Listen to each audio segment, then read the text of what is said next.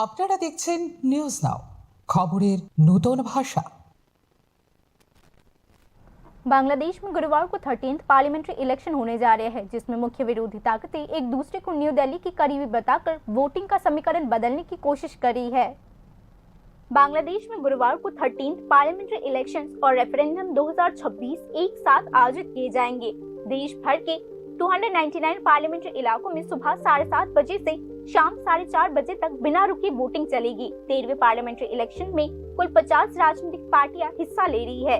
इस मामले में कुल कैंडिडेट्स की संख्या 2028 है। इसमें से 1755 पार्टी कैंडिडेट और 273 इंडिपेंडेंट कैंडिडेट्स है।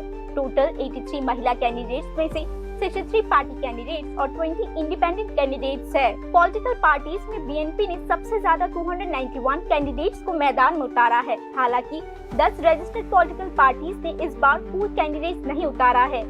दूसरी ओर इलेक्शन कमीशन के अनुसार नेशनल पार्लियामेंट की 350 सीट्स के लिए टोटल 1981 कैंडिडेट्स चुनाव लड़ने जा रहे हैं। देश भर में रजिस्टर्ड वोटर्स की संख्या लगभग 127 मिलियन की है। यह पहला नेशनल इलेक्शन है जो किसी इंटरिम गवर्नमेंट के तहत हो रही है, क्योंकि लंबे समय से ruling prime minister Sheikh Hasina को 2024 में स्टूडेंट और पब्लिक के तथाकथित बड़े विरोध में सत्ता से हटा दिया गया था। इसी वजह से इस साल के वोट को पॉलिटिकल तौर पर एक टर्निंग पॉइंट के रूप में देखा जा रहा है। लंबे समय से असरदार अवामी लीग इस इलेक्शन में हिस्सा नहीं ले रही है। नतीजतन मैदान में मुख्य विरोधी ताकतें बीएनपी और जमाते इस्लामी है, जो अलग अलग मल्टी पार्टी गठबंधन का नेतृत्व कर रही है। अवामी लीग पर बैन लगाने से चुनावी समीकरण पर बड़े असर पड़ रहे हैं। हालांकि अलग अलग ओपिनियन पोल में वोटर्स के उत्साह के संकेत मिले हैं, लेकिन अवामी लीग के कार्यकर्ताओं और समर्थकों की भागीदारी को लेकर शक है।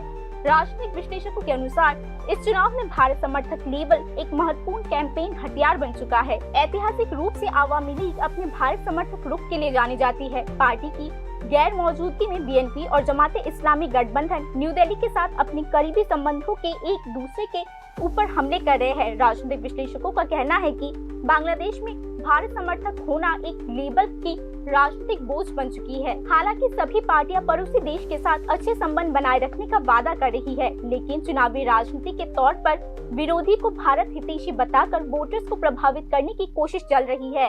Bureau report, news now.